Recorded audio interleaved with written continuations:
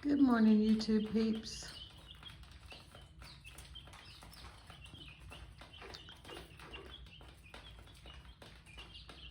I'm thankful that you joined me this Tuesday morning. I'm out here in the garage having my coffee with my baby chickies. They are now 5 weeks old.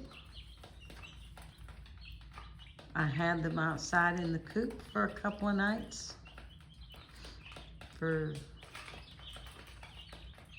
I think Thursday, Friday,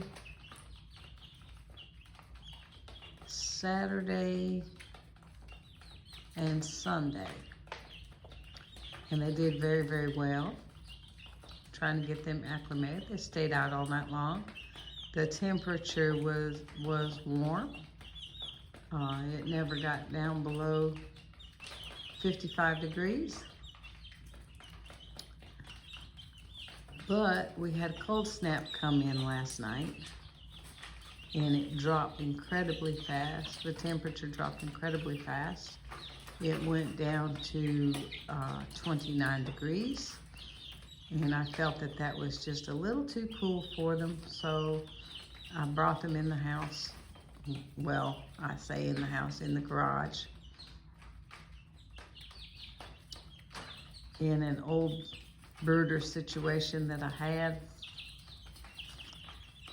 before I got this situation. Now these little guys, they're funny. They're Barred Rock and Buff Orpingtons. I have 9 of them altogether. This is the brooder situation that I got this year.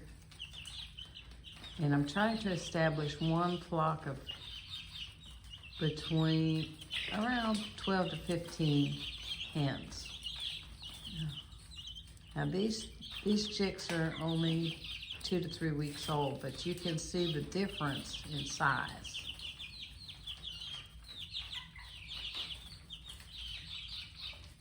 So I didn't want to put them together as one flock yet. I want my Barred Rocks and Buff Orpingtons to get to be probably 6 weeks old before I put them together with the larger babies. And even though everyone is just a juvenile or infant, you can see the size difference. These guys are almost completely feathered out. I have 2 Buff Orpingtons. One's roosting on top of the feeder.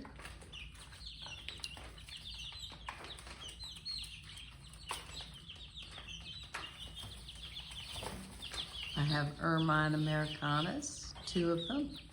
I think one of them is a rooster. They're the black and white spotted ones. I have 2 that are blue. And then I have one, her name is Spice. She's standing on the water bowl. I'm not really sure what she is, but she's pretty. She's like a laced Wyandotte of some kind. But like I said, they're just barnyard mixes.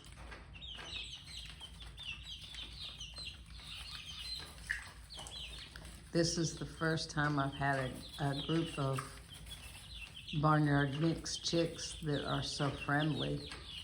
My grandson even commented that he was like, "Wow, Grammy, these are the friendliest chicks we've ever had."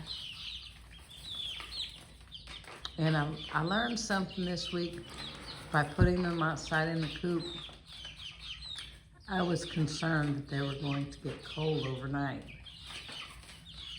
So I would go out after dark and check on them.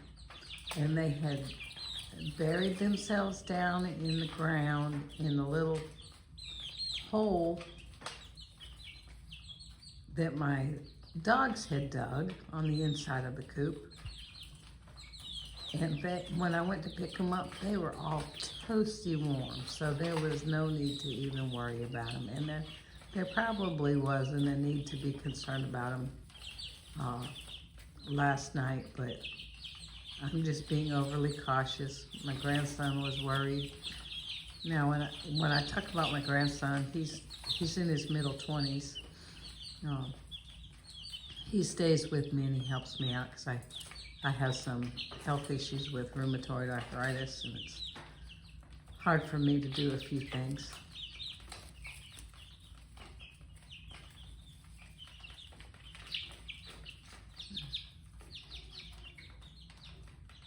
Let's see, what else did I not? Oh, leghorns.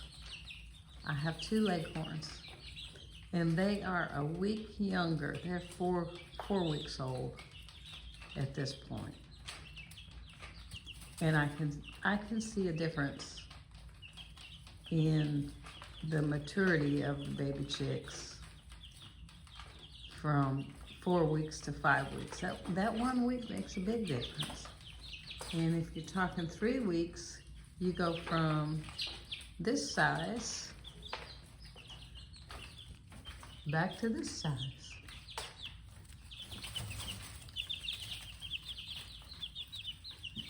So the temperatures are supposed to be cold until Thursday, and I'm in upper South Carolina, upstate South Carolina, at the foothill of the mountains, so the temperatures aren't real drastic here. It does get to freezing occasionally, and this is one of those occasions where it dropped down to freezing last night, and it's going to be freezing for the next couple of nights. But after that, we're close to March 30th, and that's when everybody plants their gardens around here. That's when the average frost date, last frost date, disappears. Or last frost disappears, not the frost date. But I do have my green beans planted, and as I told you, I live in a subdivision. So this was discussed in my first or second video when I brought the chicks home. I do have a coop that's enclosed for them, and it's 8 feet by 8 feet with like a 40-foot run on the outside that attaches to my privacy fence. And the green beans I planted out on the front of the house, and they're going to grow up my front porch. I'm going to create a trellis on my front porch, so perhaps the next video will be about my green beans sprouting.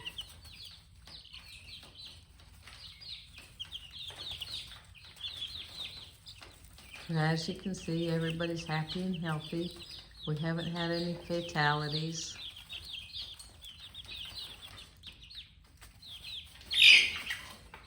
I have 3 large dogs that, for the most part, get along with the chickens very nicely. But once we establish a flock to the outside, we watch the dogs very, very carefully. And I had them trained to the last flock so that they would not bother. And they don't seem to bother when the chickens become adults, but when they're babies and they're flying on the ground and exercising and getting all spastic, the dogs want to run after them. So, well, let me show you the whole thing. I'm sitting here having my coffee. And I can't get up out of the chair very easily, so we have a wire mesh top. I've got a heater plate on the top of the wire, just on heat, because I want it to throw more than just brooder heat. In the garage, it was pretty cold in here this morning. It was about 45 degrees. And we have it on wheels. If I had it to do over again, I would make the hardware cloth on the bottom. I would make the squares a little bit larger so that the droppings would fall through easier. And I do have a tray on the bottom to catch everything.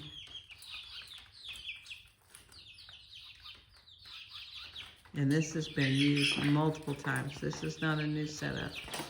I have up here where I could hang one of the lights from Tractor Supply,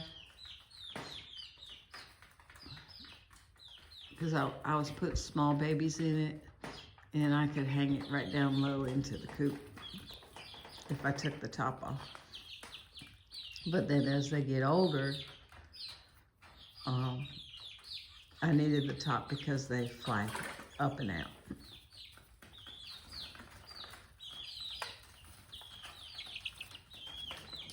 And I'm telling you, they are a messy bunch.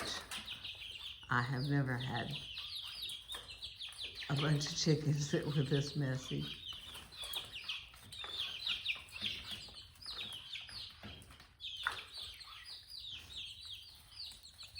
These little guys in here aren't as messy.